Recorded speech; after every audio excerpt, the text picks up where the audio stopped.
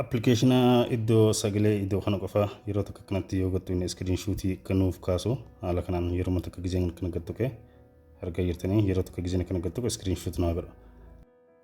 Hoggulama gizeen gattu kee aan seetingii akkanaaf diiwwan barbaadees akkasuma mallee yoon haala kanaan erga tursiisee ifaan akkanaa qabsiisu yoon godhuu barbaade waan barbaadan gaarii guuttachuu dandeessan isinii. Haala kana waan barbaadan bilbila keessan salphatti itti fayyadama isaa salphifachuu akka dandeessaniin isinitti agarsiisa. Naa waliin tura.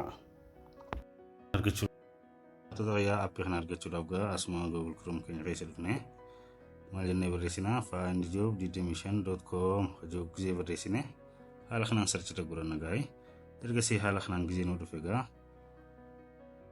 yeroo takka FG gattuina erga haala kanaan isinii bane erga haala kanaan isinii dhufe gaa iddoo search baariingii kanarratti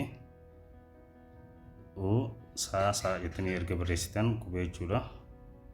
Haala kanaan search irra godhattanii ergasii iddoon kun gizee isinii dhufe yeroo takka gattuitanii yoo beeksisni isinii dhufe sirraa deebitanii jechuudha. Haala kanaan yeroo haala kanaan isinii dhufe suuraan kun scroll godhuudhaan gaa haala kanaan yeroo loofuudhaan scroll godhachaa iddoo install jedhu kanarraa argachuu dandeessan hordoftoota kiyya. Toligaa hedduu bareedaadha appilikeeshinii kun itti fayyadamaadha.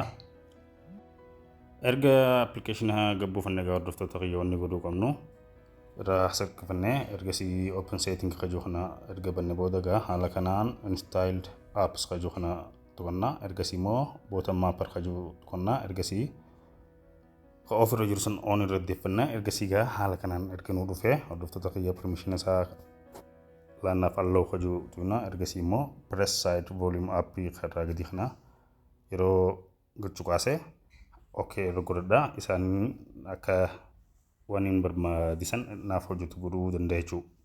Toligaa namoonni baay'een kanarraa fayyadamu like share follow godhuun dagtinaadha turtii gaarii galatooma.